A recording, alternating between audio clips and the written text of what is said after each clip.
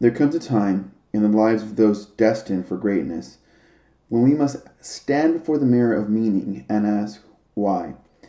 Having been endowed with the courageous heart of a lion, do we live as mice? We must look squarely into our own tired eyes and examine why we waste so much time sniffing at every distraction, why we cower at the thought of revealing our true selves to the world, why we scurry so quickly from conflict, and why we consent to play small. We must ask why we participate so humbly in society's frantic race, allowing ourselves into its mazes of mediocrity and settling for scraps of reward when nature has offered unlimited freedom, power, and abundance to the bold, the determined, the creative, the independent, to each of us. We must ask if our desires to feel safe and accepted are in fact enslaving us to popular opinion and to boredom. We must ask, when will we be ready to ascend to another level of existence? When in the course of human events it becomes necessary to ask such questions and to dissolve the beliefs and behaviors that have limited us, assuming once more the full powers of our being to which God and the laws of nature have entitled us, a decent respect to humankind requires that we should declare the motives and impel us to exert our strength and to separate ourselves from those who would stunt our vitality, growth, and happiness. We must declare our personal power and freedom. We hold these truths self-evident, that all men and women are created equal, though we do not live equal lives due to differences in will, motivation, effort, and habit, that we are endowed by our Creator with certain inalienable rights, that among these are life, liberty, and the pursuit of happiness, but that it is incumbent upon each of us to be vigilant and disciplined should we wish to attain such a vital, free, and happy life. We believe the greatest of human powers is the ability to independently think for ourselves, to choose our own aims, affections, and actions. For in the hearts of humankind lives a natural instinct for freedom and independence, a psychological predisposition for self-direction, a biological imperative towards growth, and a spiritual joy in choosing and advancing one's own life. It is the main motivation of humankind to be free, to express our true selves, and pursue our dreams without restriction, to experience what may be called personal freedom. To secure these rights and this personal freedom, men and women of conscience must not consent to be controlled by fear, convention, or the will of the masses. We must govern our own lives, and when our thoughts and actions become destructive, it is our responsibility to alter or abolish them and to institute new habits as the foundations for a freer, happier life. We must exert our power, improving how we think and how we interact with the world.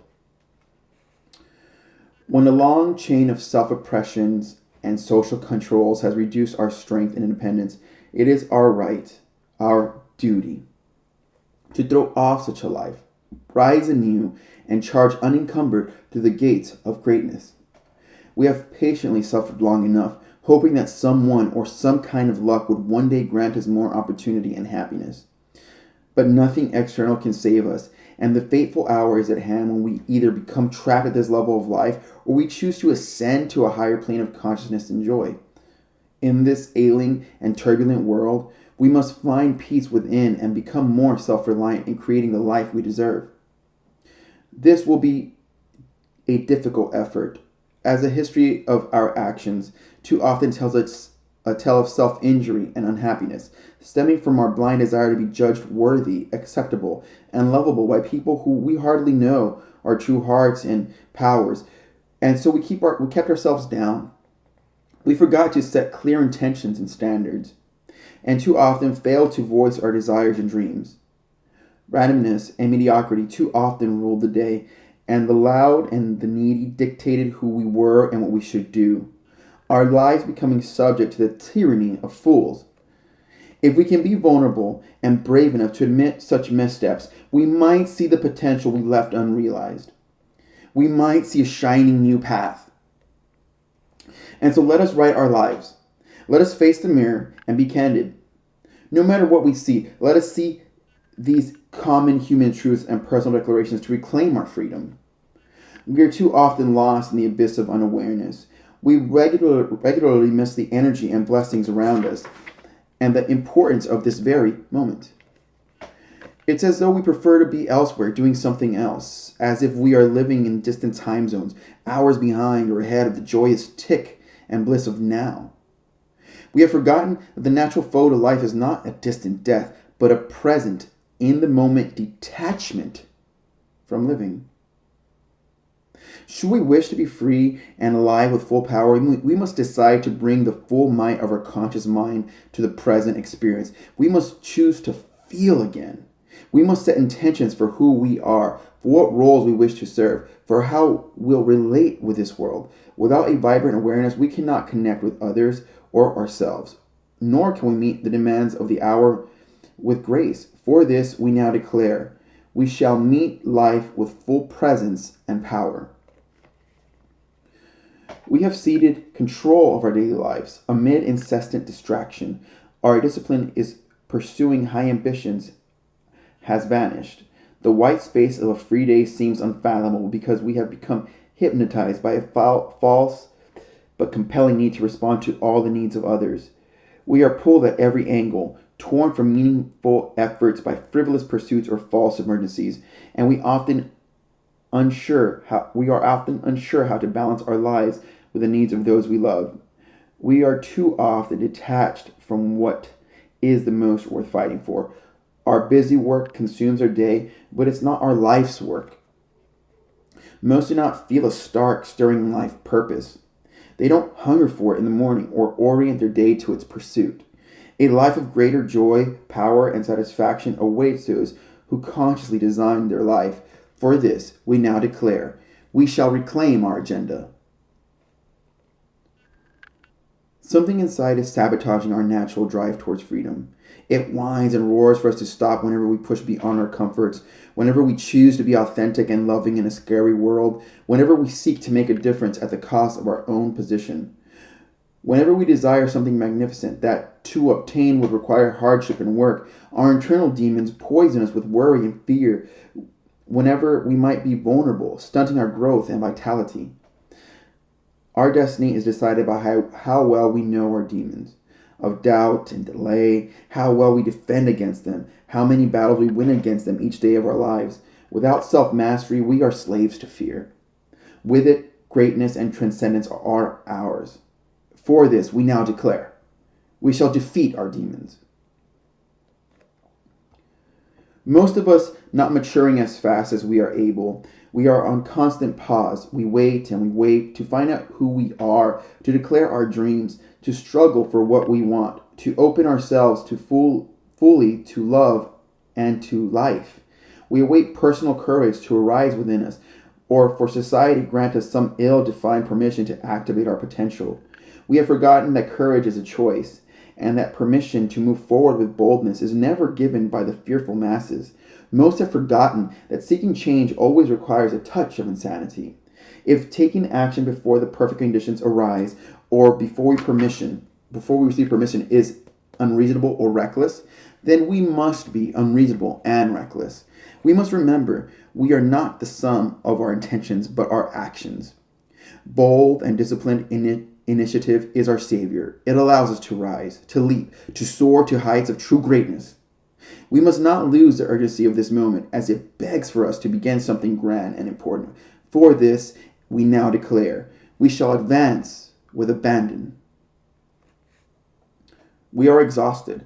All around us, we see faces that look weathered, drooped, stern. We hear conversations that sound increasingly quiet and resigned, like whispers from a tired, disbanding tribe. The emotional energy of the world is flatlining. Well-being has been cast aside for wealth, success favored over sanity. In the process, some have turned cold toward life and toward others. Where is the energized, heightened, exhilarated pulse one would expect from such a chosen and capable people? Why do we not hear more laughter and life? Where is the vibrant, mad fury and passion of the fully engaged human? Where are the people burning with charisma and joy and magnetism? Where is the appreciation for life's spark? We must re-examine our attitude toward life. Our supreme duty must be to rekindle the magic of life. For this we now declare, we shall practice joy and gratitude. We compromise too easily when life becomes difficult. Most sacrifice individuality and integrity without a fight. Although arrogance prevents seeing this truth, too many of us believe ourselves strong when a long gaze across our lives would cite a pattern of quitting or withdrawing too soon, often when our loved ones needed us to be strong, or right when our dreams were just within reach. For convenience or the wide smile of popularity, we waffle on our word and give up what we truly believe in. But there is a nobility to those who do not let neediness or desperation compromise who they are. We must not follow any impulse to be weak or heartless. Instead, we must have a strong refusal to break, choosing that mighty lift of courage, that soaring commitment to love, that grand ascent to the realm of character that is congruent with our highest values. Freedom and victory belong to those who remain true and strong despite temptation. For this we now declare, we shall not break our integrity. We are not transmitting or receiving love as we were divinely intended to. We are filtering love rather than feeling it. We fell for the prevailing hysteria that said, protect your heart. And we began to believe that love itself had enemies that needed protecting. When we were hurt, we felt that love was somehow dismissed or damaged. But hurt has nothing to do with love, and love is unaffiliated with and affected by pain. Ego was hurt, not love. Love is divine. It is everywhere. It is ever present and abundant and free. It is a spiritual energy that is, at this very moment, flowing through the universe, through us, through our enemies, through our families, through billions of souls. It was never absent from our lives. It is not bound in our hearts or in our relationships, and thus it is not capable of being owned or lost. We have allowed our awareness of love to diminish. That is all. In doing so, we have caused our own suffering. We must mature and realize that freeing our mind of ancient hurts and opening once more to love shall give us access to divine strength, to stand emotionally open before the world and give our hearts without fear or hurt or demand or reciprocity. This is the ultimate act of human courage. For this we shall now declare, we shall amplify love. Generation after generation is failing to hold the line of the ideals and virtues of humanity. The low hum of mediocrity and the heinous pitch of narcissism have replaced what was once the chorus of a society singing to virtue, progress, and selflessness. Our talents and collective focus are not fully invested in personal mastery and social contribution, but squandered on voyeurism and base sensationalism. Too often, we don't call out a wrong or expect ourselves or others to act with routine integrity, excellence, or love. There has been a worldwide failure in leadership, birthing an apathetic populace, unjustifiable poverty, unconscionable greed, and a globe ravaged and booby-trapped by war. So many people are afraid to demand more, to dare, as have great leaders of the past, to incite the directionless with bold challenges to rise and contribute. We must do better. From the squalor of a contaminated moral environment must surface an honorable few, unafraid to challenge the direction of the world. History shall fill in the wake of our actions. So let us be purposeful and let us be great. For this we now declare, we shall inspire greatness. Hurry has become the master. We have stopped sensing the stillness, the stunning fullness and beauty and divine perfection of the moment. Most barrel through life, unaware of their senses and surroundings, deaf and blind to the magical qualities of this very moment. We are not supposed to miss it all, this life, but we do.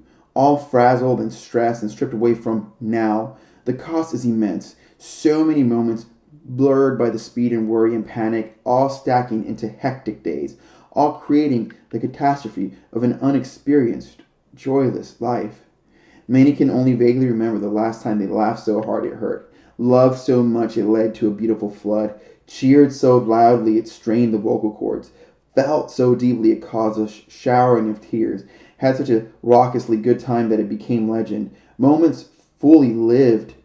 We must slow it all down, not just to become more present in the singular moment, but also to elongate that moment so that we truly sense it. Life is meant to be vibrant, deeply felt, growing, growing mosaic of long, meaningful moments. This day is to be enjoyed like a pause at a cool stream during summer's heat. For this we now declare, we shall slow time. Most of these problems in our lives have been self-imposed. Yet even when we became conscious of them, we sought change in the most humble terms. We set realistic goals and worked to achieve them, but fearful of unleashing our full power, we saw our will fade. We aimed low. And even our mighty efforts were dampened by distraction or the criticisms of a conformist culture. We complained with angst and anger that it should be easier, forgetting that much of the negative energy that pervades our lives comes from despising the inevitable hardships of change. Let us remember that humanity's story has only two perennially recurring themes: struggle and progress.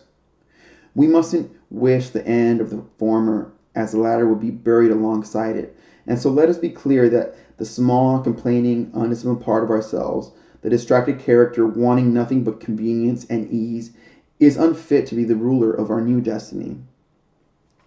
Nor can we allow apathetic, small-thinking men and women to lay waste to our future. We mustn't let social pressures poison our potential. Surely we have warned others from time to time that we do not care what they think or that their judgments are unwarranted.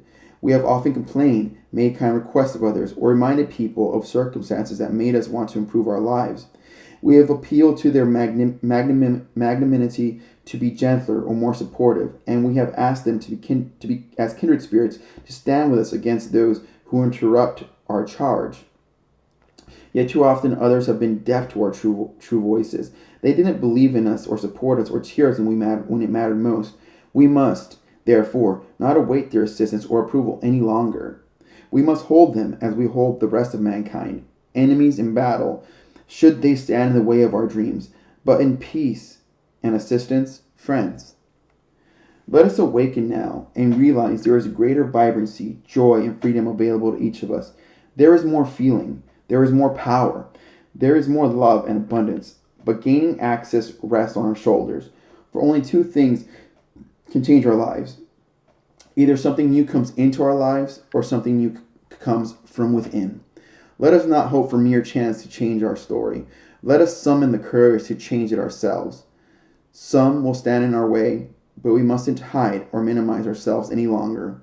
Let us believe faithfully that our dreams are worth any struggle and that it is our time to free ourselves and rise to glory.